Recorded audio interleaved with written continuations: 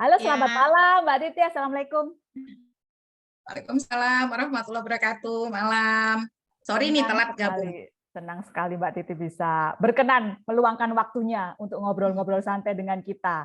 Teman-teman yang ada Eh, di tanah air juga kami yang ada di Eropa sekarang. Dengan senang hati, Mbak. Eh, Mas Ridho sudah siap?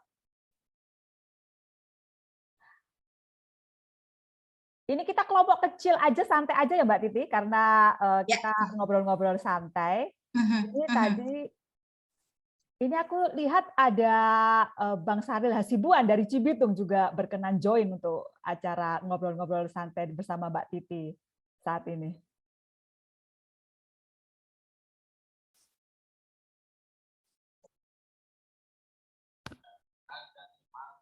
Halo Mas Ridho, masih ingat saya? Ya, oke.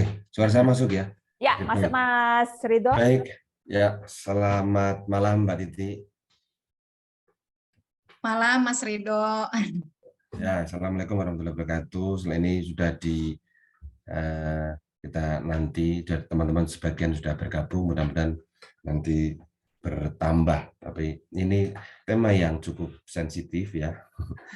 Saya kira apalagi pasca putusan PN Jakarta Pusat, meskipun banyak kritik dialamatkan kepada PN Jakpus setelah meminta atau memutuskan penundaan pemilu 2024. Nah, di tengah-tengah kita sudah hadir seorang perempuan tangguh luar biasa. Mbak Titi ini sangat concern pada isu pemilu dan demokrasi. Beliau ini tahun 99 bahkan sudah masuk sebagai Panwas Pusat, jadi masih sangat muda sekali waktu itu. Sekarang juga masih muda, hanya tahun 99 pasti lebih muda ketimbang sekarang. Dan saat ini beliau sedang menyelesaikan studi doktoralnya di UI tentang hukum ketatanegaraan. Saya kira juga berkaitan dengan pemilu dan macam-macam, karena Mbak Titi sudah berkeliling di negara-negara Eropa maupun di kawasan Asia yang lain tentang bagaimana praktek pemilu di masing-masing negara. Jadi saya kira tidak keliru orang, dan kita langsung belajar dengan ahlinya tentang pemilu, bagaimana semestinya dilakukan, lalu dalam konteks Indonesia itu seperti apa. Nah, itu saya kira perkenalan singkat. Nah, tapi akan lebih baik kalau Mbak Titi mungkin juga menyapa sembari mengenalkan secara personal. Silakan Mbak Titi. Ya, baik. Terima kasih, Mas Ridho. Assalamualaikum warahmatullahi wabarakatuh. Selamat malam. Salam sehat untuk kita semua. Senang sekali bisa berkumpul di ruang diskusi ini. Ini mungkin kecil, tapi pasti impactful ya, berdampak untuk banyak hal. Mudah-mudahan terutama bagi penguatan demokrasi Indonesia. Nama saya Titi Anggraini. Saya 10 tahun sebagai Direktur Eksekutif Perkumpulan untuk Pemilu dan Demokrasi, sebuah organisasi non-profit, non-partisan yang melakukan advokasi kebijakan untuk mempromosikan sistem pemilu yang bebas dan adil. Berbasis di Jakarta, dan saat ini kami sedang mengerjakan satu program di Asia Pasifik untuk transisi politik di sejumlah negara. Sebelumnya saya bekerja di Badan Rehabilitasi Rekonstruksi Aceh Nias untuk recovery pasca tsunami 2004. Sebelumnya lagi tadi sudah disampaikan sempat mendapatkan peluang berharga sebagai anggota Panwas Pemilu pertama era reformasi tahun 99, lalu juga membantu Panwas tahun 2004 bersama Profesor Komarudin Hidayat. 2009 saya ketua tim ahli di Bawaslu RI, tapi saya mencari kemerdekaan dan saya kembali ke gerakan masyarakat sipil di Perludem ya. Karena waktu lulus kuliah juga 2001 saya langsung masuk ke NGO, meskipun pada waktu itu NGO lingkungan. 2020 karena sudah 10 tahun dan jadi pembelajaran untuk pembatasan masa jabatan dan kaderisasi ya. Saya mundur, walaupun di Perludem kami tidak mengenal periodisasi sepanjang dikehendaki board, tapi ini tradisi yang bagus saya kira. Saya mundur di Agustus 2020. Saat ini Direktur Eksekutif Perludem juga seorang perempuan muda, masih milenial, usianya juga muda sekali ya, masih 35 tahun. Mbak Khairunisa Nur Agustiati. Saat ini saya kembali ke kampus mengajar di bidang studi Hukum Tata Negara Fakultas Hukum Universitas Indonesia, sembari berupaya untuk menuntaskan studi. Supaya seperti bisa sebagaimana Mas Ridho gitu ya, mohon doanya Ibu Bapak semua. Terima kasih Mas Ridho. Itu kira-kira perkenalan dari saya. Baik ya kan teman-teman, saya kira sudah menyimak langsung. Mbak Titi ini orang yang sangat concern pada isu-isu demokrasi, dan kalau bicara demokrasi tentu kita bicara pemilu. Nah, menurut Mbak Titi, memang isu penundaan pemilu ini kan 2 tahun terakhir muncul, tenggelam, dimunculin lagi, tenggelam lagi, muncul lagi. Di awal tahun sebenarnya sudah tenggelam, tiba-tiba sekitar 2 minggu yang lalu kita relatif kemudian agak bergejolak karena tadi putusan PN Jakarta Pusat. Sebenarnya menurut Mbak Titi, wacana penundaan pemilu itu bagaimana sih, kok bisa naik tenggelam segala macam itu? Menurut Mbak Titi sebagai ahli hukum tata negara kayak apa? Ya, mungkin saya kasih lihat timeline ya, soal dinamika naik turunnya isu penundaan pemilu begitu, karena saya coba siapkan supaya kita juga bisa melihat konteksnya lebih utuh. Ini sih bukan PPT serius ya, tetapi saya sekedar ingin memberikan ilustrasi yang lebih utuh. Jadi kalau kita lihat, pertama kali soal penundaan pemilu itu dimunculkan kembali, bukan dimunculkan kembali ya, tetapi bibit isu penundaan pemilu itu muncul di Agustus 2021 melalui hoax yang beredar yang membuka kembali pemberitaan CNN soal KPU sebut pilkada serentak 2024 kemungkinan diundur ke 2027.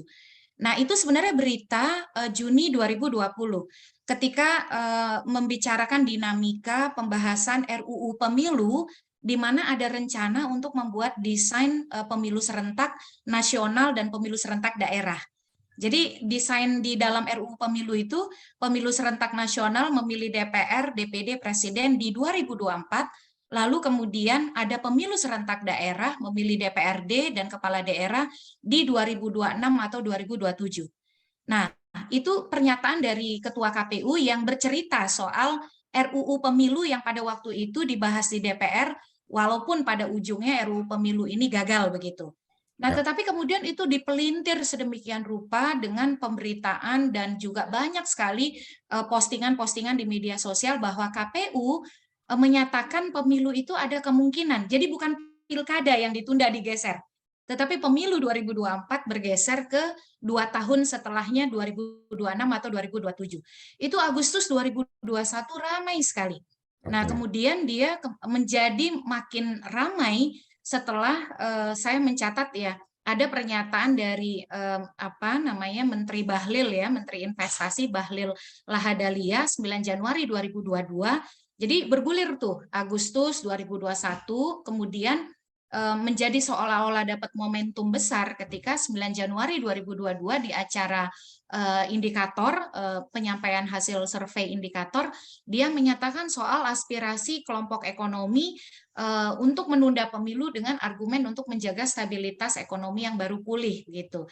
Nah, kemudian ini berlanjut dengan langsung respon serupa dari waktu itu Muhaimin Iskandar, Airlangga Hartarto, Zulkifli Hasan, 3 ketum yang juga jadi bagian dari kabinet Joko Widodo.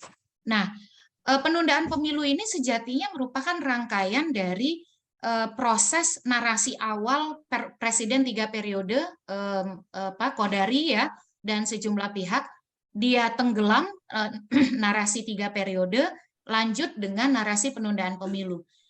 Bedanya apa? Bedanya kalau Presiden 3 periode, kalau mau periode ketiga, dia harus tetap ikut pemilu, harus berkeringat ikut pemilu. Dan itu bisa terpilih oleh rakyat, bisa tidak. Karena ikut pemilu kan begitu. Tetapi kalau penundaan pemilu artinya pemilunya ditunda dan membawa konsekuensi perpanjangan masa jabatan. Selain itu juga dia mendapatkan dukungan yang lebih luas ketimbang narasi 3 periode. Kalau narasi 3 periode itu insentifnya hanya kepada yang periodenya bisa ketiga, tapi dia juga harus ikut pemilu, berkeringat, bisa terpilih, bisa tidak. Tapi penundaan pemilu lebih strategis. Pemilu ditunda, masa jabatan diperpanjang, yang diperpanjang bukan hanya eksekutif, tetapi juga legislatif, DPR, DPD, DPRD provinsi, DPRD kabupaten kota.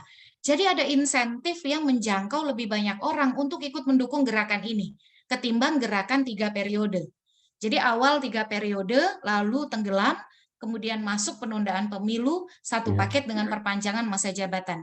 Makanya kalau saya pergi ke daerah-daerah itu ada BIMTEK DPRD, mereka biasanya komplain, Mbak Titi kenapa sih nggak setuju dengan penundaan pemilu? Kan kita juga jadi ikut diuntungkan, karena setidaknya kami bisa bernafas sampai 2 tahun lebih, sehingga kami bisa lebih siap menghadapi pemilu dan istilahnya mempersiapkan logistik gitu.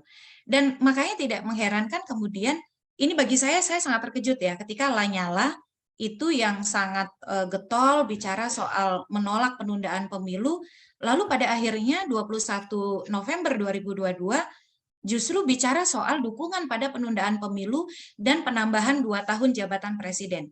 Karena secara insentif dan pragmatisme politik, penundaan memang menguntungkan DPD, masa jabatan bertambah, tanpa harus ikut pemilu 2 tahun, dan kemudian mereka bisa mempersiapkan lebih lama begitu ya untuk ikut pemilu. Kemudian juga di penghujung 2022, Bamsud juga mengatakan untuk menimbang ulang ya, memikir ulang soal pelaksanaan pemilu 2024.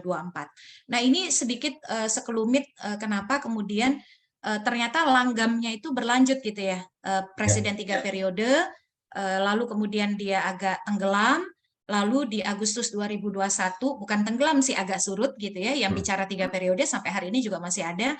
Lalu di Agustus 2021 mulai ada suara untuk kemudian menunda dan memperpanjang masa jabatan, karena tadi Mas Ridho ya, ada insentif yang memang lebih bisa didapat, dan itu meluas insentifnya, bukan hanya pada eksekutif, tapi juga dia menjangkau parlemen, baik nasional ataupun di tingkat lokal gitu. Kira-kira gitu sebagai pengantar Mas Ridho.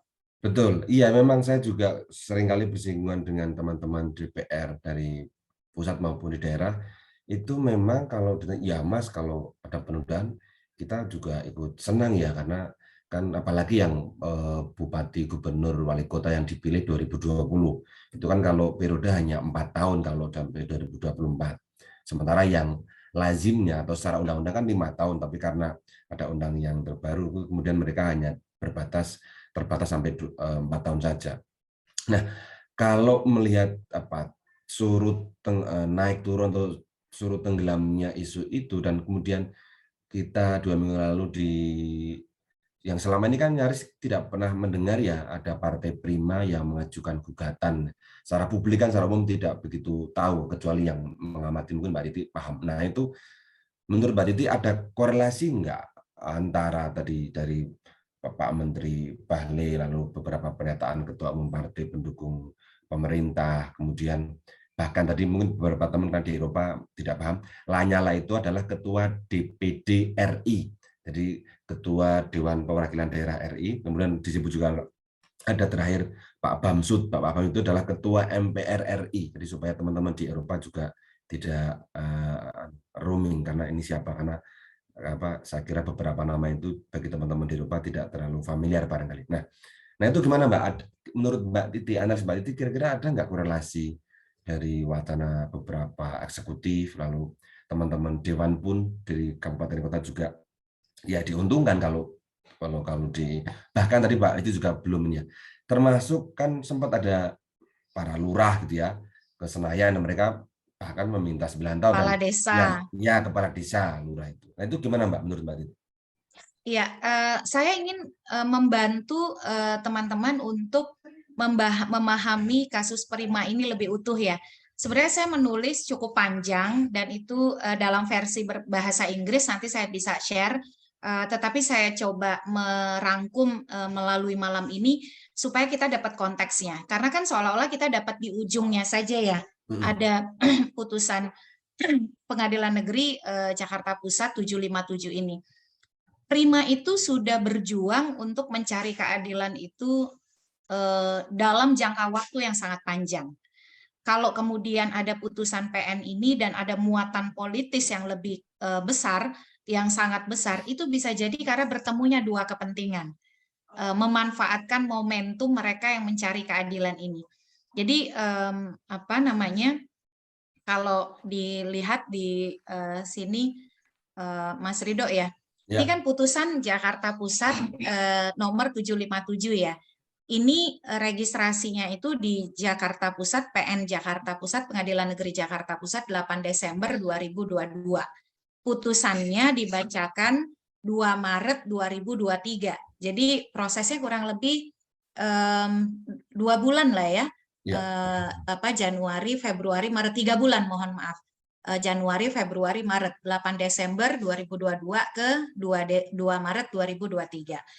Nah, Prima ini menuntutnya dua, kalau boleh dibagi dalam kelompok besar. Satu, dia minta ganti rugi material 500 juta karena dia merasa dirugikan oleh tindakan KPU yang tidak sungguh-sungguh memberikan kesempatan Prima untuk diverifikasi administrasi ulang berdasarkan perintah putusan Bawaslu. Nanti kronologisnya ada.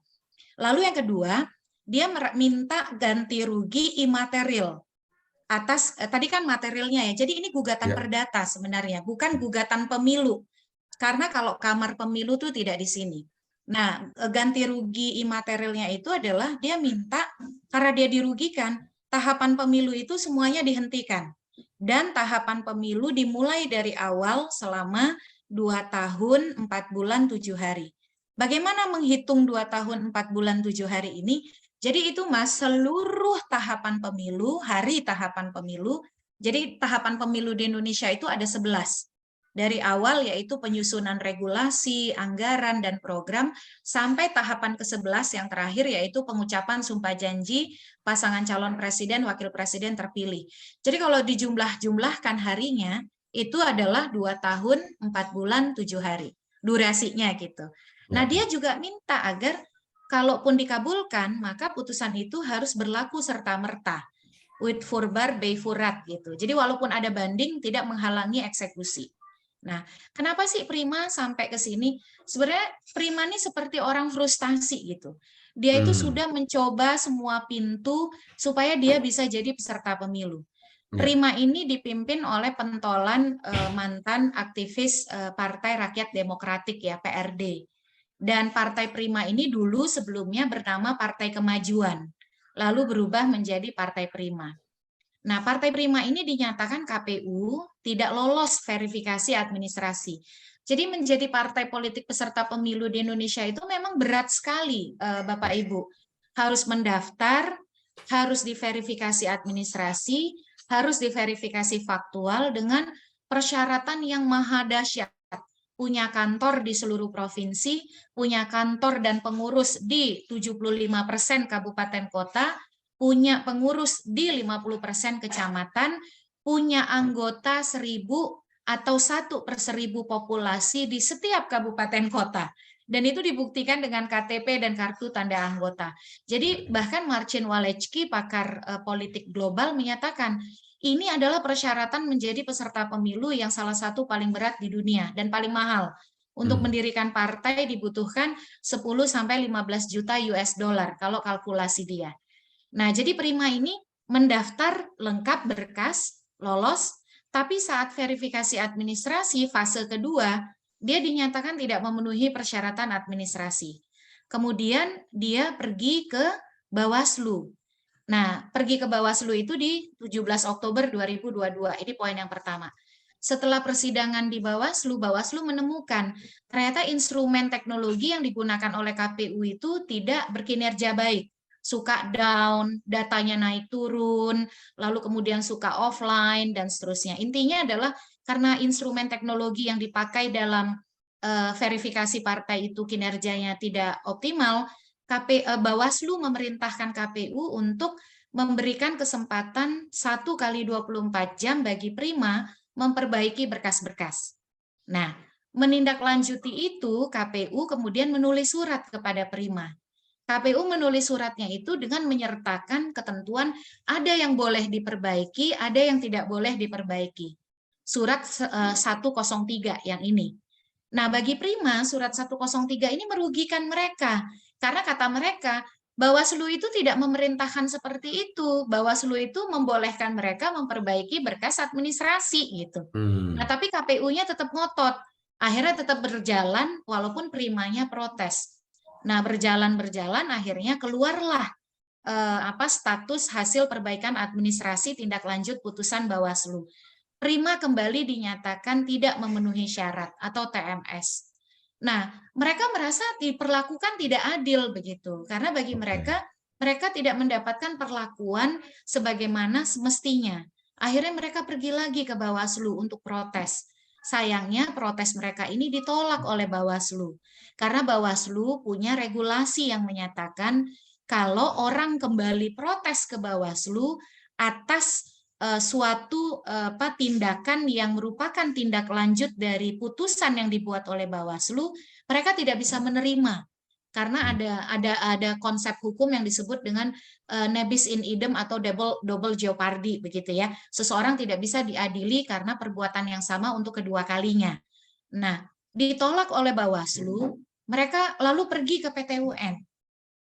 Oleh PT UN itu tanggal 8 Desember 2022 gugatannya Prima ini juga kembali tidak diterima karena kata PT UN objek yang kamu gugat itu tidak memenuhi syarat.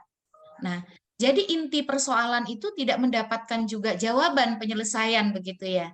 Nah, akhirnya pada 14 Desember KPU menetapkan peserta pemilu 2024. Pada waktu itu 17 partai umat tidak lolos, partai umat protes, lalu diloloskan.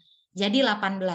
Nah, Prima kembali menggugat keputusan KPU ke Bawaslu dengan menyatakan kami ini harusnya dilayani dengan baik. Kami itu boleh memperbaiki berkas karena kami mendapatkan perlakuan yang tidak baik. Tetapi oleh Bawaslu kembali ditolak ketiga kali ya, berarti kan kedua kali, sorry. Akhirnya dia pergi lagi ke PT UN tanggal 26 Desember. Sama PT UN kembali ditolak karena PT UN menyatakan objek yang kamu bawa itu nggak sesuai dengan aturan hukum.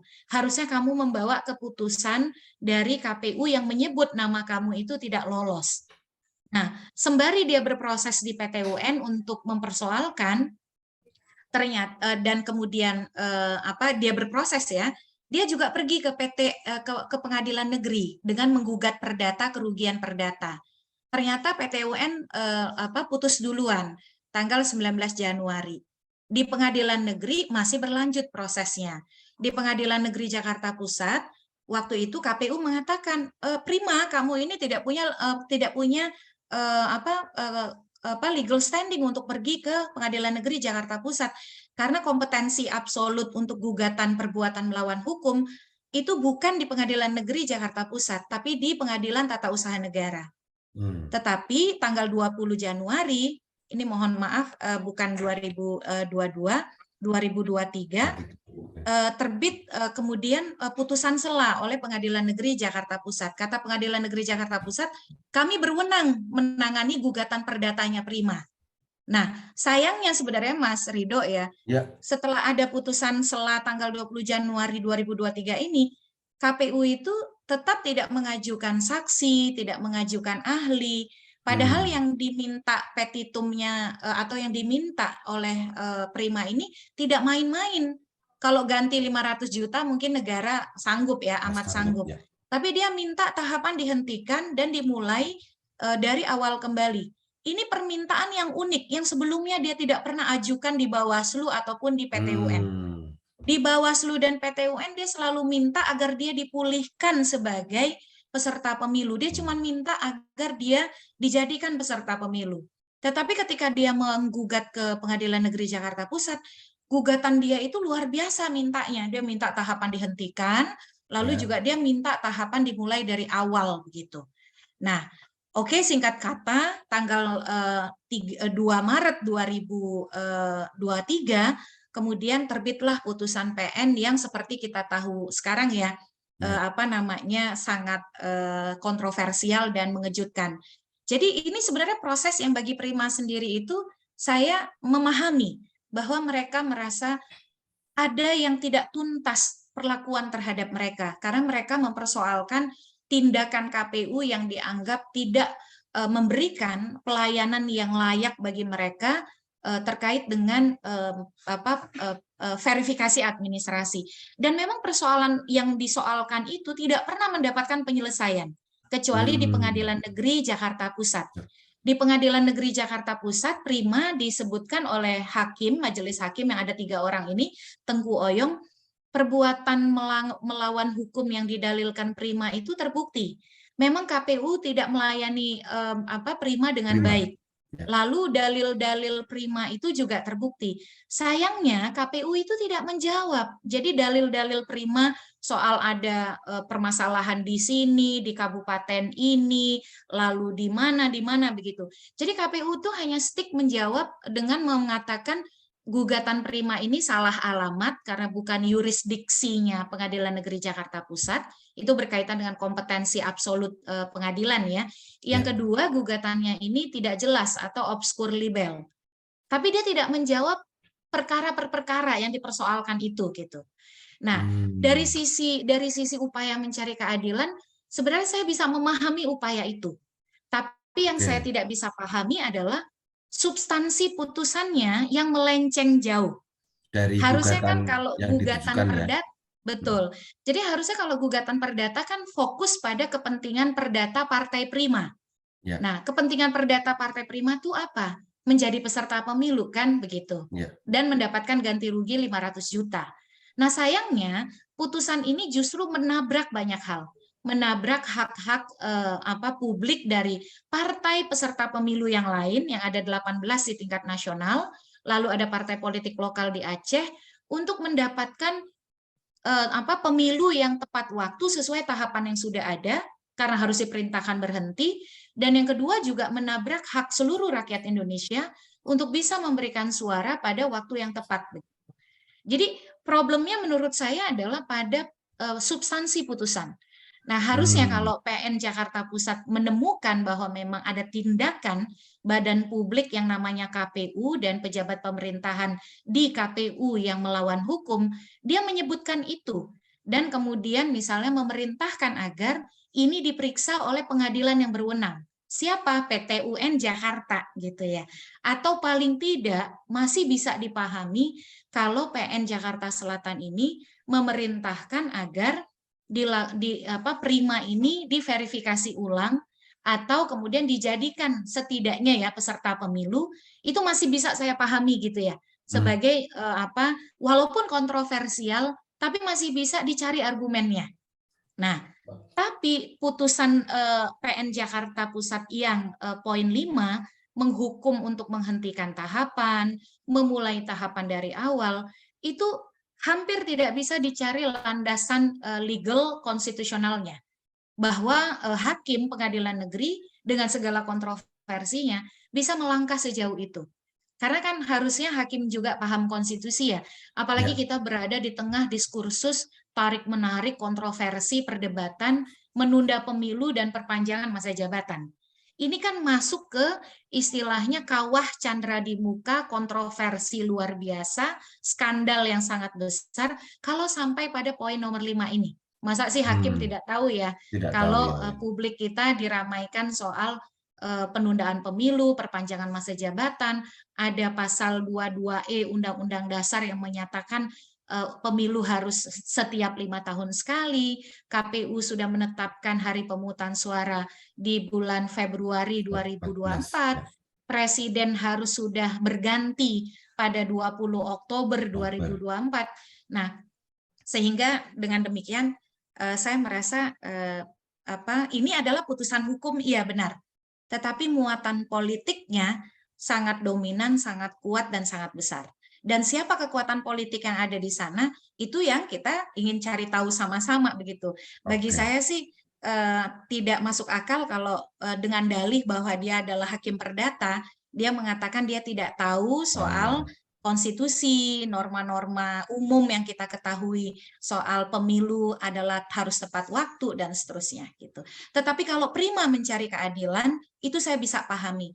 Hanya saja ada diskoneksi antara salah keadilan yang alamat ingin sebetulnya ya. dicari, betul, dengan kemudian substansi putusan yang meminta seluruh tahapan pemilu dihentikan gitu. Jadi ini dua sisi yang mesti kita bedah gitu supaya kita tidak melompat gitu ya melihat perkara ini. Jadi seolah-olah mungkin bisa jadi ada dua kepentingan yang bertemu gitu ya. Ada satu yang merasa putus asa mencari keadilan, tapi di saat yang sama ada pihak yang punya kepentingan politik besar yang mendapatkan peluang dari upaya mencari keadilan ini gitu. Tapi ini analisis yang bisa jadi tidak tepat begitu, tapi bisa dibaca seperti itu kalau kita lihat kronologis dan substansi putusannya. Oke, Mbak Titi, terima kasih penjelasannya luar biasa sehingga membuka kotak Pandora tentang wacana 3 periode yang melalui pemilu, kemudian tentang juga penundaan pemilu yang ternyata di situ kalau kita mengikuti kronologinya maka Partai Prima sebenarnya sedang mencari keadilan. Nah, kan sebetulnya gugatannya itu tadi Mbak Titi sampaikan diskoneksi, berarti salah alamat kan sebetulnya ya. Oke. Ya, Yang kedua, kalaupun salah alamat, tetapi poin nomor 5 yaitu tidak sampai ada putusan dari PN Jakpus, tidak perlu ada penundaan pemilu sampai 2 tahun, itu relatif masih bisa kita masih bisa kita terima meskipun lah ini salah alamat, tapi oke lah kalau nggak ada yang nomor soal penundaan pemilu itu masih make sense. Nah, itu Mbak, tadi Mbak Titi menyampaikan pemilu partai politik di Indonesia itu kalau mau mendirikan sangat mahal. Sebenarnya kalau di negara-negara lain hasil dari Mbak Titi keliling beberapa negara itu berapa sih kalau di negara-negara maju maupun kawasan Asia yang lain gitu? Kalau di Australia itu partai politik ada 76, Mas. Oke. Dan partainya itu isunya itu juga macam-macam ya, ada partai Wikileaks, ada partai memperjuangkan hak-hak binatang, partai perempuan dan lain sebagainya. Di Filipina juga relatif lebih mudah begitu. Nah, memang di Indonesia itu kita itu mencari titik temu antara sistem pemilu yang kita anut dengan peserta pemilu. Tahun 99 kan kita partai politik ada 48 ya. 48, betul. Lalu 2004 berkurang jadi 24. Itu tidak lepas dari upaya kita menyinkronkan pemilu serentak dengan sistem pemilu open list. Jadi bisa dibayangkan kalau misalnya partai itu kerannya dibuka sebebas-bebasnya, partainya jadi seperti misalnya 48 seperti 99, lalu dengan open list, lalu alokasi kursi atau seat allocations-nya juga besar ya di daerah pemilihan itu atau di electorates itu antara minimal 3 sampai dengan 10, surat suaranya bisa sangat besar, calegnya bisa sangat banyak begitu ya, dan pemilih bisa kebingungan. Nah, makanya kemudian jadi trade off-nya itu menjadi peserta pemilunya tuh sangat berat, sangat susah. Tapi itu berlebihan gitu. Karena kenapa? Karena kita menganut konsep sistem kepartaian tersentralisasi. Untuk menjadi peserta pemilu DPRD pun persyaratannya harus secara nasional dipenuhi. Kita tidak seperti di beberapa negara yang mengenal partai politik itu ikut pemilu secara berjenjang. Jadi ikut dulu di DPRD, kalau dia sudah memenuhi sekian prasyarat, ikut dulu di DPRD Kabupaten Kota, lalu naik ke DPRD Provinsi, lalu kalau memang sudah betul-betul mapan, masuk ke DPR RI. Di kita tidak, kita semua pokoknya harus memenuhi syarat berbasis keterpenuhan persyaratan partai secara nasional, yang itu luar biasa beratnya.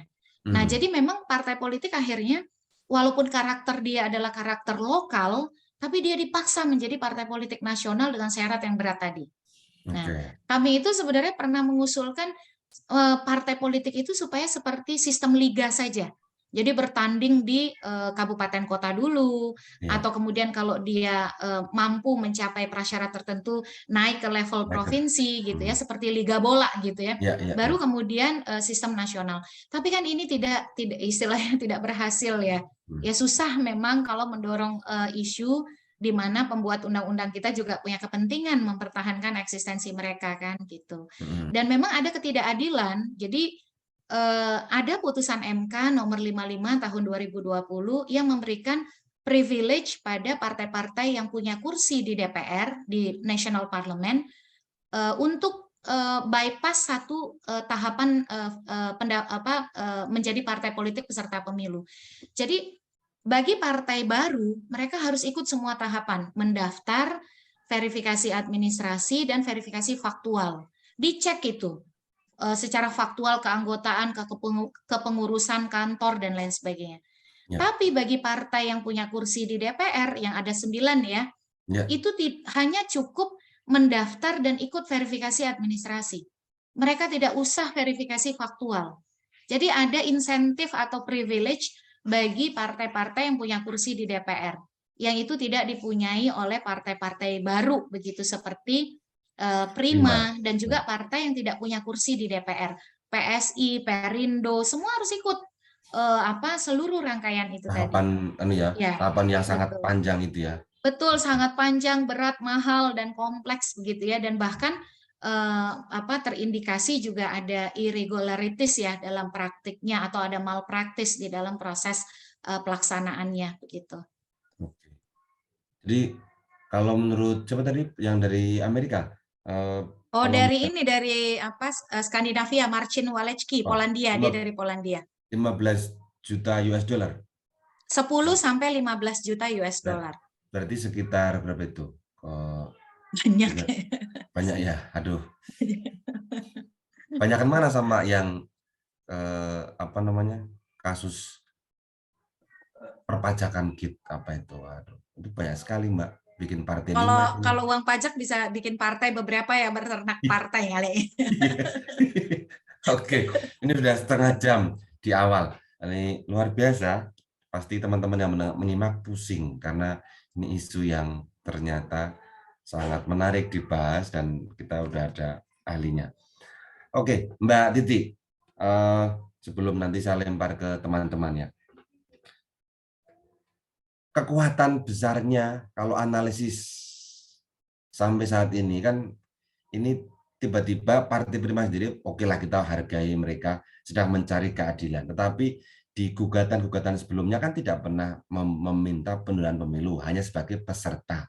Tiba-tiba ketika masuk ke PN Jakpus ada klausul atau ada permintaan tersebut dan ternyata dikabulkan. Nah ini kalau lihat siapa-siapa yang melempar isu perpanjangan, penundaan segala macam kan sebagian besar memang eksekutif yang mereka tergabung di partai politik ataupun ya Lanyala bukan orang partai politik resmi, tapi kita paham lah afiliasinya lebih ke mana gitu.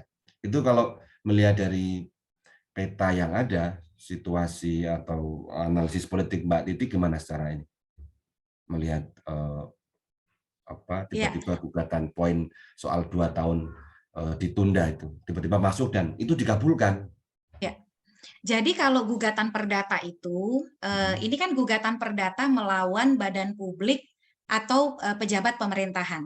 Biasanya dia selalu permintaannya itu menghentikan proses atau tindakan dari si badan publik tadi gitu. Itu biasanya memang karakter gugatan perdata, meminta penghentian tindakan yang dianggap merugikan secara perdata si penggugat. Nah, kalau baca putusan Prima itu sebenarnya kita jadi tahu kenapa dia minta itu dihentikan dan dimulai dari awal. Karena kata dia, kami ini secara struktural, partai kami ini sudah babak belur. Anggota kami pada cerai-berai, pengurus kami sudah tidak percaya satu sama lain. Intinya adalah ini partai ini sudah rapuh gitu. Karena mereka berjuang terlalu panjang, terlalu lama, dan mereka tidak kunjung mendapatkan kepastian. Jadi dia bilang secara struktural dan kelembagaan mereka itu rapuh atau sudah ya kalau tidak berlebihan kalau dikatakan hancur lah ya gitu. Nah, mereka mau semua tuh memulai dari awal begitu karena mereka menjadi korban dan termasuk juga mungkin Mas Ridho dengar ya soal isu adanya manipulasi untuk meloloskan sejumlah partai menjadi peserta pemilu dengan cara-cara ilegal yang melibatkan penyelenggara pemilu kita. Dan itu ada beberapa partai yang seolah-olah didukung oleh kekuasaan untuk lolos. Nah, itu juga menjadi pertimbangan dia meminta proses dihentikan dan diulang dari awal. Jadi dia bilang supaya even playing field lah. Nah, terus di situ juga dia bilang bahwa dia minta 500 juta itu karena dia punya kwitansinya untuk mengukur 500 juta. Kalau dihitung-hitung tanpa ada yang dengan yang tidak ada kwitansi, kerugian dia itu lebih besar dari 500 juta. Jadi ini saya mau cerita aspek yang lain ya. Saya tuh beberapa kali diundang oleh Partai Prima. Dan saya tuh tidak pernah dibayar sekalipun. Karena mereka selalu bilang kami ini partai gotong royong dan kami tidak punya uang untuk membayar Mbak Titi. Dan saya, ya bagi saya itu tidak masalah. Ada beberapa partai lain juga yang melakukan hal yang sama, mengundang dan tidak membayar begitu. Yang nggak banyak sih, 1-2 gitu. Dan termasuk Prima ini, kegiatan saya partai perempuan mereka ataupun penguatan kapasitas mereka itu selalu saya tuh nggak dibayar. Jadi saya bisa paham lah kondisi partai ini. Nah, ini yang mungkin ditangkap tadi ya sebagai peluang permintaan itu untuk menunda pemilu. Jadi gayung bersambut. Nah, siapa gayung bersambut ini?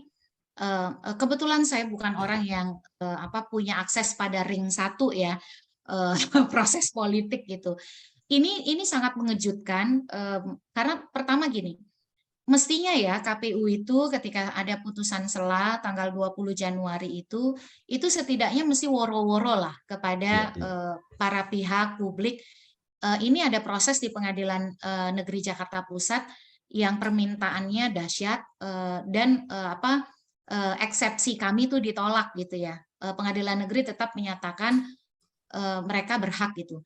Tapi saya juga berusaha memahami KPU. Mungkin KPU tuh merasa cukup confidence karena putusan pengadilan PT UN Jakarta berkali-kali kan mereka selalu diuntungkan. Di Bawaslu juga mereka selalu diuntungkan.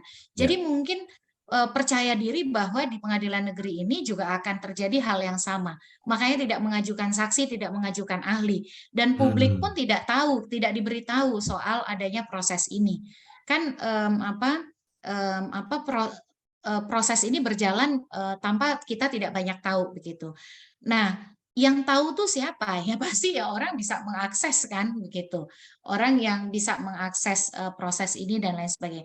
Dan ini sebenarnya soal penundaan pemilu ini bagi saya pribadi ya, sebagai pegiat pemilu, itu bagi saya ini isu yang sebenarnya antara saya percaya dan saya tidak percaya. Karena kenapa? Kalau secara logika orang yang waras, ini kan pertaruhannya terlalu besar ya. Negara bisa chaos, lalu nama baik kita di dunia internasional akan sangat buruk, segala capaian yang kita sudah buat itu kita pertaruhkan begitu. Saya meyakini kalau sampai ditunda pemilu itu ya pasti akan ada gerakan untuk turun ke jalan, perlawanan yang lebih mungkin konstan terus-menerus untuk menolak, sehingga bagi saya itu tidak masuk di logika saya secara personal. Makanya kalau orang bertanya, yakin tidak pemilu 2024 akan berjalan? Saya selalu menjawab, saya yakin. Tapi saya tidak yakin dengan kualitasnya. Saya tidak yakin dengan kredibilitas prosesnya. Itu yang sampai hari ini saya masih ragu begitu. Karena saya ragu, maka saya berusaha untuk mengawasi atau terlibat dalam proses tahapan. Kemudian mengajak lebih banyak orang peduli pada proses tahapan. Nah, jadi saya kira memang ada kekuatan besar yang oleh Pak kan ada yang bermain ya, ada kekuatan yang bermain, termasuk Hasto Sekjen PDI juga mengatakan hal yang sama. Kalau mereka juga akan ada kekuatan besar yang bermain, bisa jadi memang ada kekuatan besar itu yang bermain, yang melihat ada pintu yang bisa dimasuki melalui gugatan Prima di Pengadilan Negeri Jakarta Pusat. Dan saya yakin hakim itu tidak mungkin bekerja di ruang hampa. Pasti orang yang tahu dinamika politik, tahu bahwa isu penundaan pemilu sesuatu yang menjadi perhatian banyak pihak, sesuatu yang inkonstitusional, dan dampak putusan ini berakibat pada, kalau kita hitung secara kalkulasi teknis pemilu, kalau putusan ini dieksekusi, maka pemungutan suara itu baru akan berlangsung pada November 2024. Artinya, melampaui masa jabatan yang harus sudah berganti wajib, karena ini konvensi ketatanegaraan kita sesuai konstitusi, 20 Oktober 2024. Jadi 20 Oktober itu 1 Oktober ya 1 Oktober harus ada anggota DPR yang baru,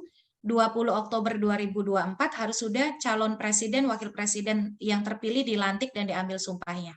Nah ini kalau putusan ini dieksekusi, hari pemungutan suaranya baru November 2024, itu belum lagi berhitung penghitungan suara, perselisihan hasil, potensi adanya putaran kedua, dan seterusnya.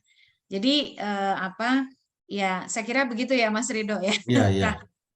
Betul, pertaruhannya begitu besar. Nah, tapi ada fenomena yang juga kalau awal-awal itu dari PKB, Golkar, PAN itu yang seolah menghendaki penundaan, tetapi ketika muncul putusan PN Jakpus itu Golkar, PKB, PD Perjuangan paling awal, Gerindra, Nasdem, P3, PKS, Demokrat itu kan menolak semua ya putusan PN Jakpus. Jadi ini genderangnya memang awalnya beberapa itu mau melontarkan, begitu ini muncul menolak. Tapi sisi yang lain lagi tadi secara kronologis data fakta sudah ditemukan sangat luar biasa Mbak Titi. Nah, dan Mbak Titi sendiri masih yakin bahwa pemilu 2024 akan dilaksanakan. Kalau yakin kan berarti 14 Februari pas Valentine Day gitu ya. Valentine Day itu pas pemilu. Jadi Bapak Ibu, saya nggak tahu Bapak Ibu yang ada di sini yakin atau tidak yakin. Tapi ini ada pertanyaan Mbak Titi. Apakah itu bukan jebakan demokrasi Indonesia begitu besar? Ini dari Bu Sri kayaknya. Silakan Bu Titi. Jebakan demokrasinya terkait soal apanya ya, Mas Ridho? Masalah itu, masalah peraturan pembentukan partainya itu loh, Mbak Titi. Itu ampun-ampun itu. Siapa yang mampu? Artinya sebuah partai gurem yang kecil membutuhkan 10 tahun untuk bisa mencapai kerangkanya itu. Mbak Titi, Bu Sri ini sudah 45 tahun atau mungkin 50 tahun tinggal di kota Aachen, di kotanya Pak almarhum Pak Habibie sekolah S2 dan S3. Jadi ini beliau tentu sangat kalau di Jerman pasti paham lah bagaimana mekanisme membuat partai politik ya mudah. Silakan Mbak Titi. Ya. Betul sekali Bu, tetapi yang unik, jadi kita memang hobi membuat regulasi yang ketat. Kalau bisa dunia akhirat itu tidak bisa dipenuhi begitu ya. Tetapi kita juga hobi melakukan penyimpangan. Jadi distorsi antara law in the text dengan law in the field gitu. Buktinya apa? Setiap pemilu ke pemilu, jumlah partai politik peserta pemilu kan selalu bertambah ya.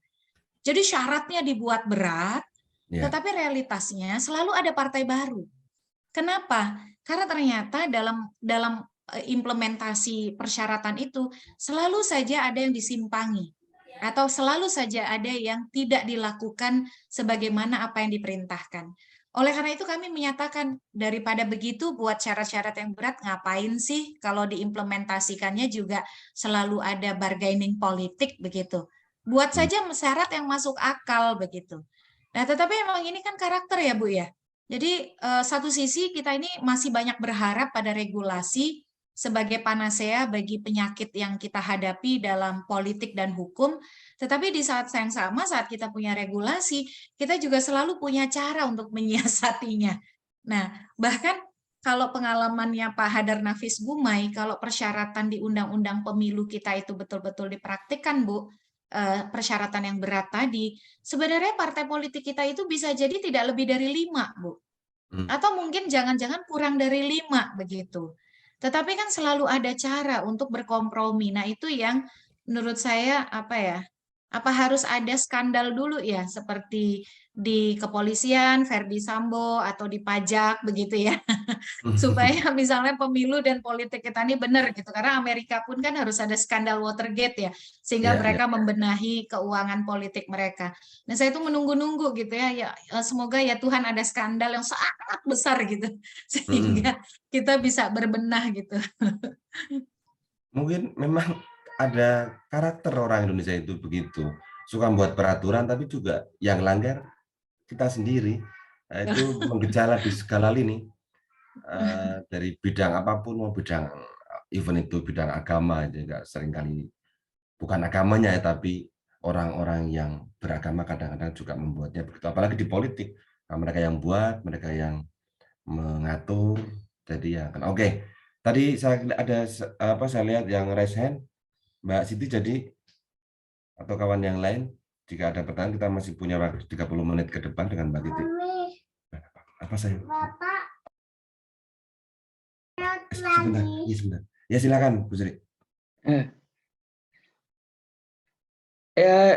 Mbak Titi, saya ini masih terpesona sekali bagaimana, jadi kalau melihat sejarahnya Prima itu kan rada-rada kiri lah mungkin juga ya, kalau dia itu kelahirannya atau kelanjutannya PRD, itu bisa disalahgunakan oleh elemen-elemen ataupun dipakai oleh elemen yang mau menunda pemilu yang juntrungannya datangnya dari jurusan lain.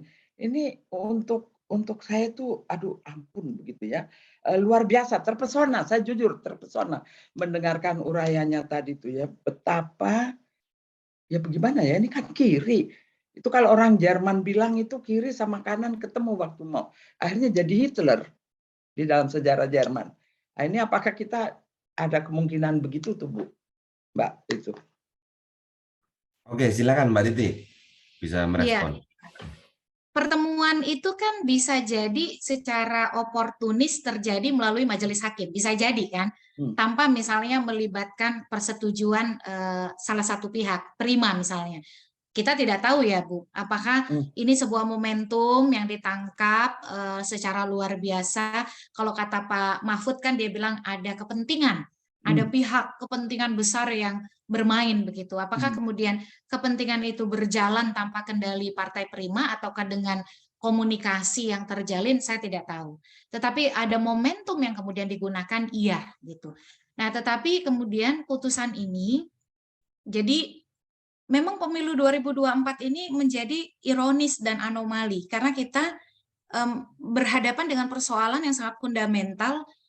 Upaya mendapatkan sesuatu yang prosedural, biasanya kan dulu kita Bu selalu bicara demokrasi Indonesia harus level up gitu, masuk ke yang substansial. Sekarang kita bertarung untuk masih mendapatkan yang prosedural, pemilu tepat waktu, periodic election. Seharusnya kan kita sudah bicara soal bagaimana politik gagasan, politik program, dan lain sebagainya. Tapi kita sekarang berkutat pada kami mau pemilunya tepat waktu, sesuatu yang sangat fundamental yang tidak pernah kita hadapi dalam proses sebelumnya. Nah, yang kedua adalah putusan Prima ini adalah masih bersifat belum inkrah, belum final and binding, masih bisa dilakukan upaya hukum bandingnya. Dan kemarin tanggal saya di slide tadi juga saya sudah ini kan, Jumat 10 Maret 2023 KPU sudah memasukkan memori banding ke Pengadilan Tinggi Jakarta. Nah, kita berharap prosesnya ini bisa berjalan baik begitu. Ketika semua mata sudah melihat, hakim kita memang merdeka dan mandiri untuk membuat putusan, tapi saya kira kan suaranya sudah sangat luar biasa. Walaupun sudah ada tawaran-tawaran, misalnya sudahlah ini damaikan saja gitu ya, Prima kasih saja haknya dan lain sebagainya. Sebenarnya pola yang sama juga dimainkan dengan Partai Umat gitu. Jadi Partai Umat tidak lolos, lalu kemudian ramai begitu ya, ada banyak temuan atau istilahnya skandal yang oleh Partai Umat akan disebutkan akan mereka bongkar dan seterusnya. Lalu mereka pergi ke Bawaslu dan adjudikasinya menemukan kompromi antara Bawaslu dan KPU. Ini bisa dilakukan karena Partai Umat ini punya objek yang sesuai dengan prosedur, yaitu keputusan. Sementara Prima dia tidak punya objek itu. Karena tadi ya, karena dia terbentur oleh proses yang hanya mengandalkan tindakan KPU yang mengeluarkan surat yang menurut mereka itu membuat perlakuan terhadap mereka itu tidak proper gitu, tidak layak karena melarang mereka memperbaiki ini itu dan seterusnya. Saya tidak tahu apa yang akan terjadi di di Pengadilan Tinggi Jakarta, PT Jakarta. bisa jadi misalnya ini akan ditolak, banding KPU akan diterima, dikabulkan seluruhnya, atau bisa jadi ada kompromi, Prima dijadikan sebagai peserta pemilu untuk meredam dinamika dan kontroversi politik atau apa gitu. Tapi bagi saya sih kalau sampai masih ditolak bandingnya KPU, ya kok ya kebangetan gitu ya. Selanjutnya kan masih bisa ada upaya kasasi. Nah, kalau sudah kasasi kan baru inkrah, baru final and binding. Nah, tapi memang ini yang catatan Bu Sri ya, isu penundaan pemilu ini buruk bagi civic culture-nya Indonesia. Masyarakat kita lebih senang memperhatikan kontroversi dan berbagai spekulasi politik. Dan itu memang menyenangkan begitu ya. Apalagi itu menyangkut soal hak publik untuk mendapatkan pemilu yang tepat waktu. Kita kurang memberikan perhatian terhadap sejauh mana KPU berkualitas menyelenggarakan tahapan pemilu. Kurang ada perhatian bahwa hari ini sedang berlangsung proses coklit pencocokan penelitian data pemilih door to door di dalam negeri dari tanggal 12 Februari sampai 14 Maret. Saya juga mendengar di luar negeri ada sejumlah masalah begitu ya, soal proses, soal honor. Kita kan akhirnya tidak kasih atensi ke sana. Hanya segelintir orang saja yang tetap mengingatkan kamu sudah didatangi petugas belum, kamu sudah didata atau belum. Tetapi mayoritas kurang memberikan atensi pada kerja-kerja penyelenggaraan tahapan. Padahal itulah yang akan menentukan pemilunya bagus atau tidak gitu. Yang kedua adalah kita tidak terlalu ambil pusing terhadap konsep politik gagasan, programatik. Elit kita sibuk ketemu sana-sini, masak nasi goreng, makan ini, makan itu. Tapi kita tidak pernah disajikan mereka bertemu dalam visi apa, membicarakan apa, menyelaraskan gagasan apa, program apa. Jadi seolah-olah hanya selebrasi politik saja. Nah itu yang menurut saya tuh saya gelisahnya di situ. Makanya saya menulis di beberapa media itu penundaan pemilu akhirnya membuat kita sebagai publik itu abai pada persiapan pemilu.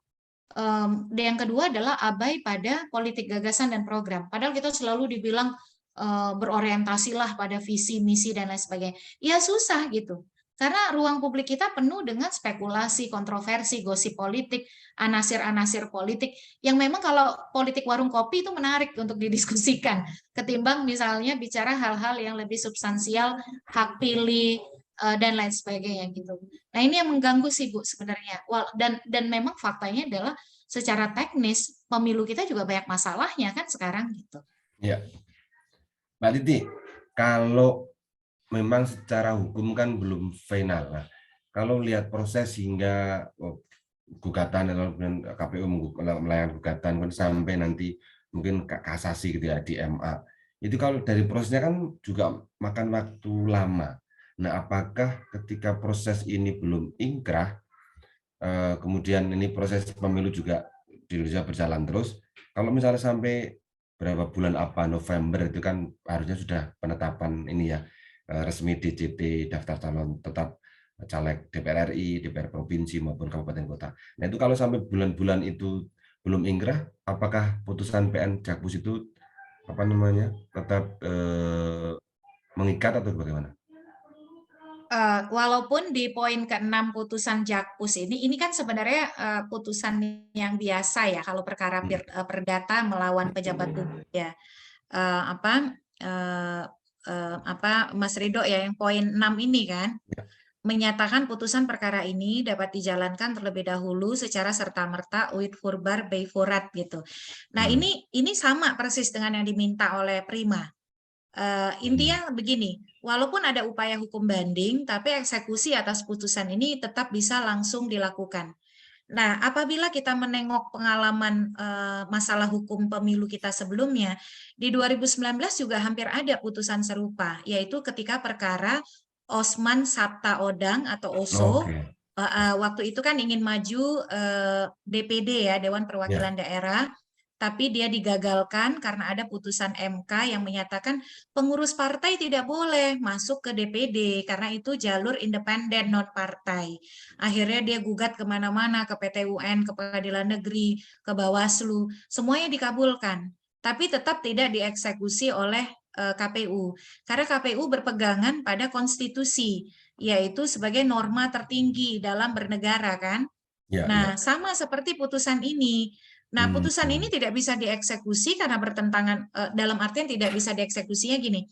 Karena ada norma konstitusi lebih tinggi yang harus yang menjadi pegangan kita, setidaknya dua hal. Satu, pasal 22E ayat 1, pemilihan umum dilaksanakan secara langsung, umum, bebas, rahasia, jujur, adil setiap 5 tahun sekali. Dan yang kedua, pasal 7 Undang-Undang Dasar kita yang menyebutkan Presiden dan Wakil Presiden menjabat selama 5 tahun dan hanya dapat dipilih untuk 1 periode berikutnya.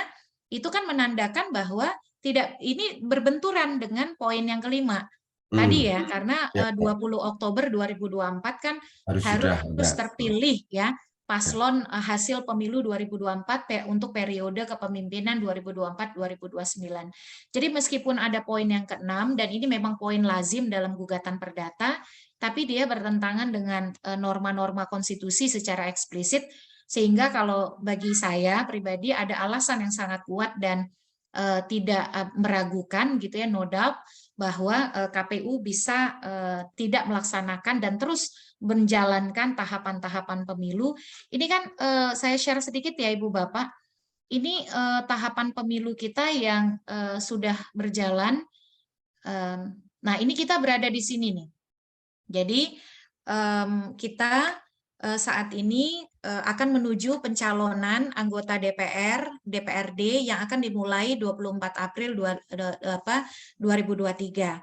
Selain saat ini juga kan sedang berlangsung pemutakhiran data pemilih ya, atau disebut dengan pencocokan dan penelitian sensus pemilih door to door sampai 14 Maret. Jadi kalau Mas Ridho belum didatengin sampai 14 Maret, Mas Ridho perlu mengecek situs cek DPT online.kpu.go.id apakah NIK-nya sudah terdata sebagai pemilih atau tidak.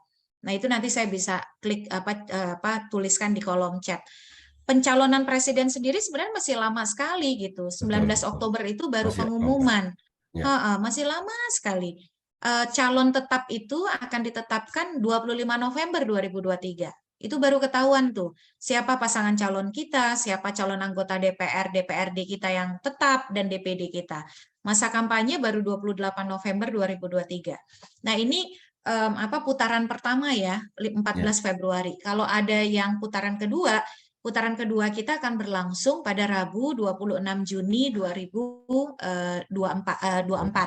Nah, jadi itu tahapan-tahapan pemilu yang itu akan tetap berlanjut karena pada dasarnya tahapan pemilu tadi itu diatur di Peraturan KPU nomor 3 tahun 2022 dan peraturan KPU-nya masih berlaku sampai hari ini, tidak ada pencabutan atau pembatalan. Oke. Ya, kalau melihat secara konstitusi pemilu itu merupakan dilindungi oleh konstitusi tertinggi, sebetulnya kan keputusan ini kalau orang biasa menyampaikan efek kan, artinya pemilu tetap akan berjalan terus. Oke, terima kasih. Saya menyapa teman-teman sekalian, luar biasa ini sudah ada 20-an teman-teman tadi, ada yang mungkin sinyalnya putus nyambung jadi keluar masuk. Ada mau bertanya teman-teman atau menyampaikan sesuatu, silakan. Kita masih ada waktu sekitar 19 menit ke depan. Oke, Mas Marco bisa on cam biar kami bisa melihat Mas Oke, Mas Arsono. Mbak Titi, Mas Arsono ini tinggalnya di Hungari, juga mungkin sudah hampir setengah abad. Silakan Mas Arseno, Mas Marco untuk menyampaikan pertanyaan ataupun hal lain yang terkait dengan tema kita. Silakan. Mas Seno masih mute. Tolong di-unmute. Ya, silakan. Terima kasih. Marco itu anak saya, jadi mohon maaf, bukan nama saya. Oke. Jadi aku itu kembali ke proses yang digugat, yaitu kesalahan teknik dari pihak KPU. Kalau itu terbukti, sebetulnya bisa dikabulkan secara teori ya, bahwa Prima itu berhak ikut serta dalam pemilu. Ya toh? Ini pendapat saya, apakah itu tidak masuk akal? Ini pertanyaan saya.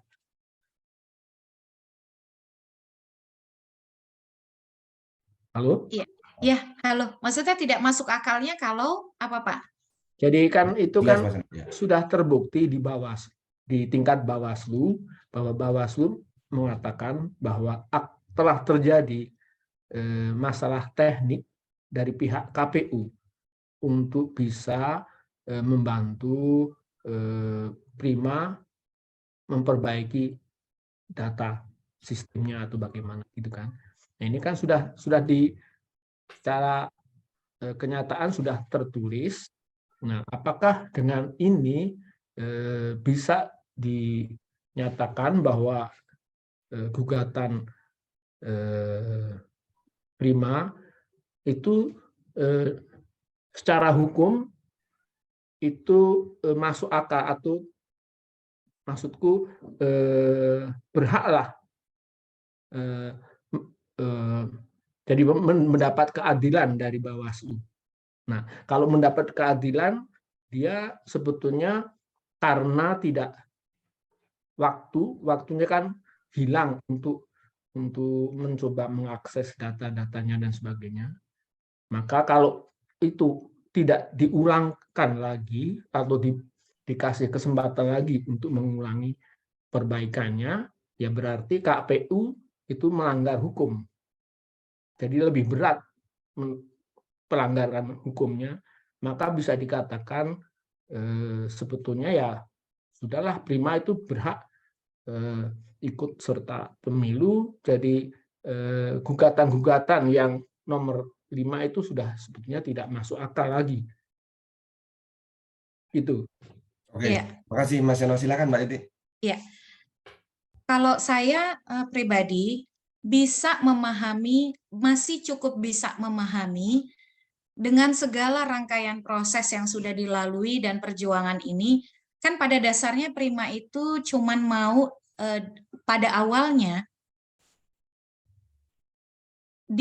diperiksa. Dia mendalilkan bahwa kami memang diberikan kesempatan perbaikan berkas. Tapi kesempatan yang diberikan pada kami itu oleh KPU itu tidak sesuai dengan putusan Bawaslu yang memberikan ruang untuk memperbaiki berbagai berkas administrasi tanpa ada pengecualian ini itu. Nah, tetapi kan justru oleh KPU ada pengecualian-pengecualian yang dianggap Prima membatasi hak dia. Ketika dia kembali ke Bawaslu mempersoalkan itu, Bawaslu menolak untuk memproses pokok masalah yang dipersoalkan Prima karena adanya dalil nebis in idem atau double jeopardy itu. Nah, prosesnya jadi bergulir sangat panjang. Perjuangan ini bahkan kalau Ibu Bapak tahu, mereka sempat menggunakan tagar audit KPU. Jadi mereka minta agar teknologi informasi yang digunakan oleh KPU itu diaudit. Dan memang ada masalah di teknologi informasi yang dipakai oleh KPU ini, karena dia menyajikan data, tapi kita tidak tahu apakah data yang disajikan itu adalah produk dari sebuah proses yang akuntabel.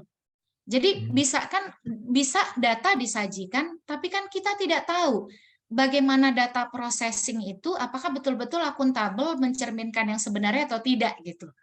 Nah, akhirnya dengan segala proses yang ada itu, saya masih secara pribadi bisa memahami kalau sampai pada akhirnya putusannya itu adalah mengakomodir menjadi peserta pemilu dengan segala pertimbangan kerugian, tenaga, biaya, waktu, dan lain sebagainya.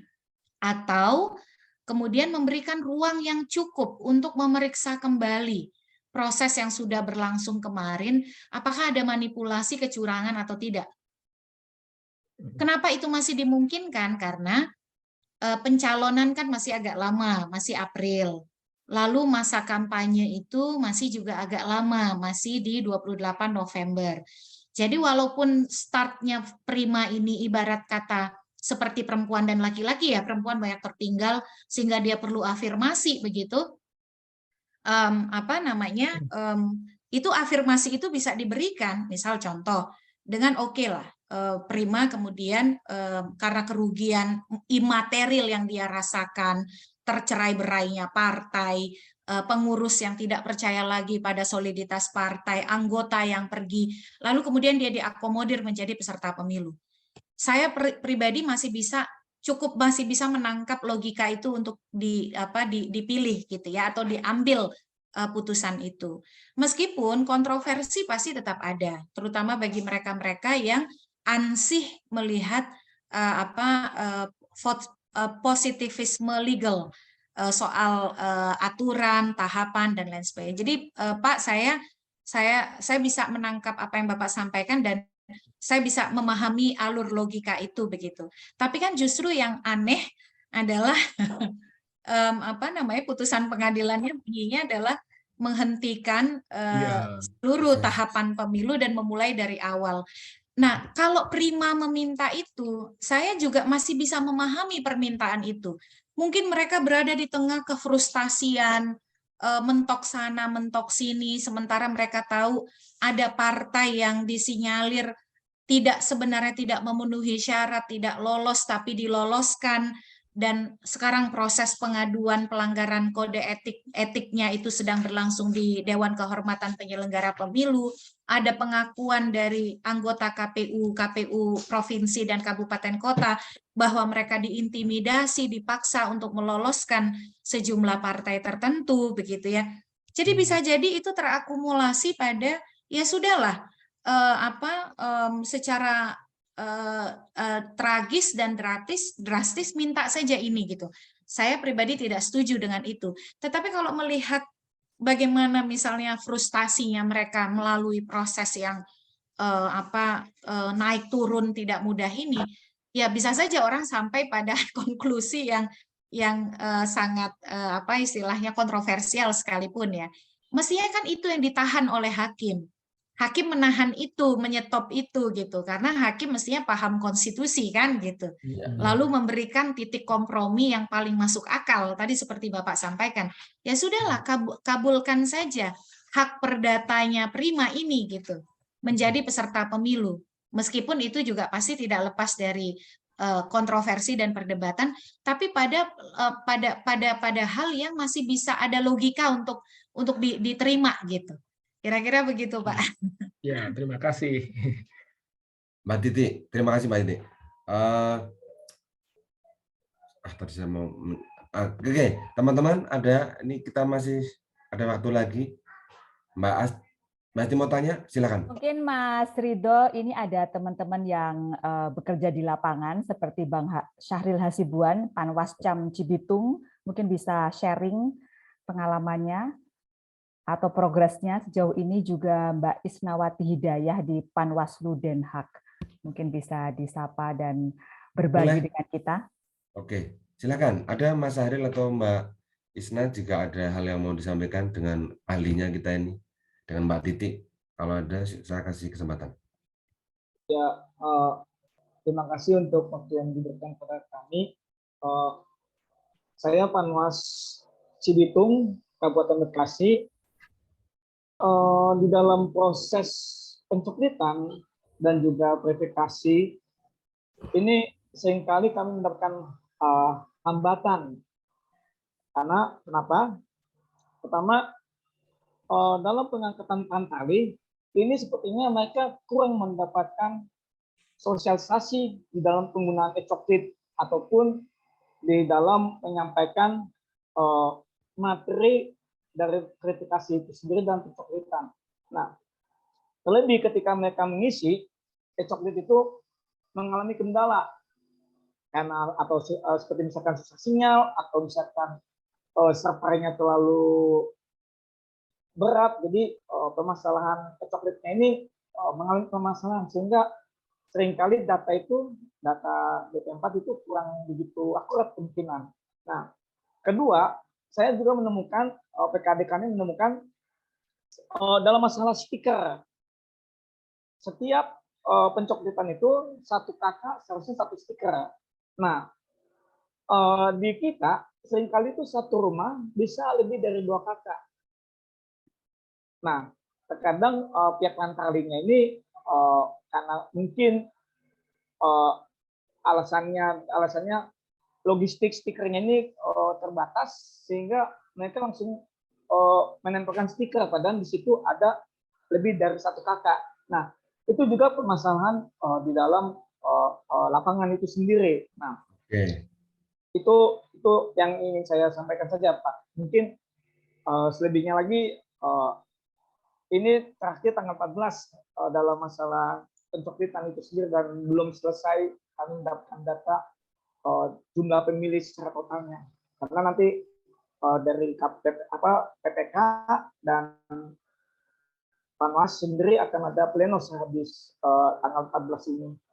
Itu saja, Pak. Oke, terima kasih Mas Syahril. Langsung saja Mbak Titi, ada 3 hal saya kira soal coklit yang double satu rumah, berapa kakak, stikernya segala macam, lalu soal pendataan yang juga belum selesai, sementara deadline tinggal berapa hari lagi ke depan. Silakan Mbak Titi. Iya, ini yang tadi saya sampaikan ya Mas Rido ya, diskurs publik kita yang lebih banyak pada kontroversi, spekulasi, hal-hal yang sifatnya intrik politik, itu tuh mengalihkan kita dari hal-hal yang beginian. Jadi makanya kemudian hari ini tuh saya posting ya di media sosial saya tuh, ayo cek DPT online supaya kita tuh tahu apakah kita sudah terdaftar atau belum. Kalau kita belum didatangi petugas, kita bisa kemana. Jadi sosialisasi oke. Kalau KPU punya teknologi informasi sebagus apapun, kalau dia tidak disosialisasikan dengan baik kepada warga, kan warga juga tidak akan mengakses. Jadi ini kan partisipasi itu tidak cukup hanya dengan membuka, tetapi juga dia perlu diberikan diseminasi informasi yang memadai. Jadi kalau hanya sekedar membuka, efek meaningful participation-nya tidak akan terwujud begitu. Termasuk tadi kendala-kendala soal formulir yang terlambat datang, lalu stiker yang kurang, itu juga saya temukan di lapangan. Kalau saya pribadi, alhamdulillah pada tanggal 12 Februari hari pertama coklit, saya sudah didatangi, formulirnya tersedia, stikernya juga komplit. Tapi kan itu saya, yang orang tahu nggak mungkin datang dengan stiker yang salah atau formulir yang salah begitu. Kan jadi bisa jadi isu. Tapi bagi banyak orang, mereka ada yang petugasnya itu terlambat mendapatkan SK, terlambat mendapatkan seragam, terlambat kurang formulir, kurang stiker begitu. Nah, ini hal-hal seperti ini termasuk juga tadi ya, informasi yang tidak sepenuhnya. Saya mengisi sekolah caleg begitu. Caleg-caleg itu tidak tahu soal situs mereka perlu mengecek namanya sudah terdaftar atau tidak. Karena persyaratan untuk jadi caleg itu harus terdaftar sebagai pemilih. Makanya saya bilang kalau Anda tidak terdaftar sebagai pemilih dan nanti Anda baru kelimpungan ketika sudah harus mengurus berkas, itu akan merugikan. Nah, makanya ini yang kita ini agak luput abai ya. Mengurus pemilu Indonesia dengan potensi pemilih 204 juta lebih, itu perlu ekstra ikhtiar. Nah, tidak bisa yang biasa-biasa saja. Yang kita kondisi normal saja kita banyak hambatannya, surat suara tertukar, surat suara kurang, lalu kemudian gangguan alam, nanti Februari itu gelombang tinggi, cuaca hujan, itu kan akan kita hadapi gitu. Nah, itu yang makanya selalu saya sebut masalah hukum yang dihadapi KPU itu ada divisinya yang menangani, tapi pasukan KPU yang lain, struktur KPU juga harus berkonsentrasi penuh memastikan pemilu berjalan. Jangan sampai gini, tidak apa-apa pemilunya curang asal tepat waktu, atau sebaliknya tidak apa-apa pemilunya tidak tepat waktu asal tidak curang. Itu kan tidak bisa dibenturkan sama satu sama lain. Kita kan maunya satu paket, pemilunya tepat waktu dan tidak curang. Nah, ini saya menemukan hal yang sama. termasuk juga catatan soal pemutakhiran data pemilih di luar negeri, soal keterbatasan soal keterlambatan honorarium, lalu informasi yang sulit sampai dan tidak kurang responsif menanggapi dinamika yang ada di lapangan. Karena kan di luar negeri ini nggak gampang ya, maksudnya satu sisi kita juga berhadapan dengan kebijakan perlindungan data pribadi yang memerlukan kehati-hatian, tapi di sisi lain juga ada tuntutan agar target pemutakhiran data bisa berjalan sesuai waktu gitu. Jadi ya memang ini Mas Ridho, ya mudah-mudahan ini inisiatif bisa menjembatani inilah supaya kita lebih taking into account terhadap tahapan-tahapan pemilu supaya anggaran yang besar ini tidak mubazir gitu ya, tidak menguap secara tidak bermanfaat untuk demokrasi kita. Oke, terima kasih banyak Mbak Titi, luar biasa membuka mata kita bahwa ternyata diskusi tentang pemilu yang substansial sampai hari ini belum menjadi genderang yang utama, tapi lebih pada tahapan prosedural semata, dan tetap itu saja seringkali diisi dengan hal yang justru mengganggu proses-proses yang semestinya sudah tidak perlu ada, soal wacana penundaan pemilu lah, lalu 3 periode lah, apalah. Ya tentu saja itu orang boleh beranggapan yaitu hak berpendapat, itu hak kebebasan berpendapat. Tapi kalau kita sudah ada konsensus bersama, kesepakatan, musyawarah mufakat, kita kan ya pemilu 5 tahun sekali, presiden sudah cukup 2 periode, mau diselingi atau tidak diselingi tetap aja 2 periode. Tapi kan ternyata tidak nih kan, beberapa kelompok, beberapa orang itu mencoba menggunakan. Tapi catatan Mbak Titi tadi saya kira sangat penting bagi kita inisiatif Indonesia yang ada beberapa kawan di luar negeri, ini patut kita tindak lanjuti ke depan agar diskursus ini betul-betul turut memperbaiki kualitas demokrasi kita, tahapan pemilu yang tidak melulu pada prosedural semata, tapi juga secara substansial, politik gagasan. Itu tadi Mbak Titi yang menyebutkan yang nyaris absen dari setiap penyelenggaraan pemilu maupun pilkada, yang ya hanya istinya soal coblos ini, tapi politik gagasannya, transformasi gagasannya nggak muncul sama sekali.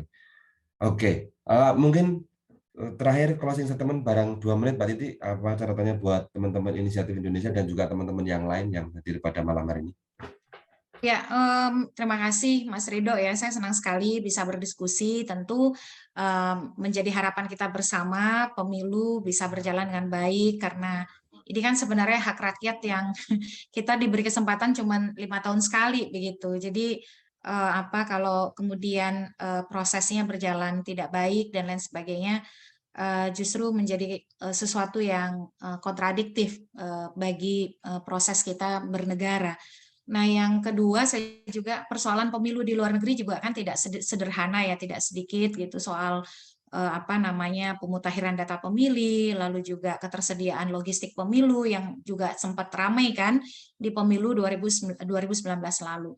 Mudah-mudahan kita juga lebih peduli, lebih aware ya untuk mengingatkan tahapan-tahapan yang akan berlangsung. PPLN sudah terbentuk, petugas pemutakhiran data pemilih luar negeri juga sudah terbentuk. Mudah-mudahan tidak ada warga negara Indonesia yang terlewat dalam prosesnya, dan juga pengawas luar negeri juga sudah ada begitu. Nah, ini yang saya kira ya mudah-mudahan kita tuh lebih perhatian gitu, karena saya ngerasa memang kita lebih disibukkan oleh hal-hal yang sifatnya politis gitu ya, dan memang itu menyenangkan begitu karena banyak teori konspirasinya juga kan. Tetapi ya mengawal tahapan yang berjalan juga sama pentingnya. Saya kira saya berterima kasih banyak atas kesempatan malam ini, saya senang sekali. Mohon maaf atas hal-hal yang kurang berkenan, mudah-mudahan masih bisa bertemu di lain kesempatan. Sehat selalu untuk Ibu Bapak semuanya, semoga selalu sukses dan tidak kekurangan suatu apapun. Terima kasih. Wassalamualaikum warahmatullahi wabarakatuh. Waalaikumsalam warahmatullahi wabarakatuh.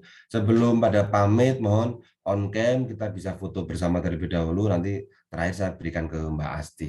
Ya, semuanya on cam gitu. Ya, yang bisa gitu ya, kalau yang nggak bisa ya, yang Yang Oke. berkenan untuk on kamera supaya saya bisa ambil fotonya mumpung bisa bersama Mbak Titi malam ini untuk dokumentasi kita, Mbak Ina, Mbak Lia.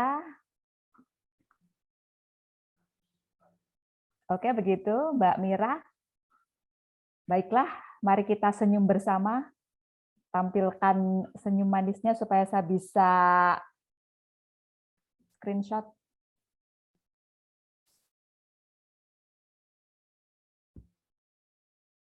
Ya, Mbak, bisa?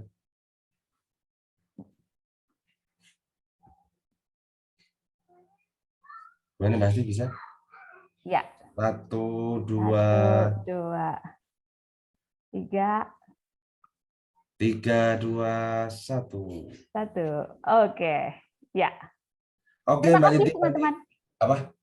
Makasih buat kehadiran teman-teman. Saya juga dalam memandu, mudah-mudahan bermanfaat bagi kita. Dan Mbak Titi mohon nanti gift-nya belakangan ya, ini karena dari luar negeri. Jadi saya nanti Mbak Nita dari Swiss itu ada, kami sudah belum banyak secara orang, tapi kita mencoba membangun networking di berbagai belahan dunia yang lain. Sementara baru di 10 negara Mbak Titi. Mudah-mudahan nanti kalau ke Eropa teman-teman siap menyambut deh. Saya kembalikan ke Mbak Asti, silakan Mbak Asti. Dari saya kurang lebih maaf. Wassalamualaikum warahmatullahi wabarakatuh. Ya, terima kasih banyak Ibu Bapak semua. Sehat selalu ya. Saya pamit undur diri untuk live dulu. Terima kasih. Terima kasih. Terima kasih, Mbak Titi. Mbak Titi.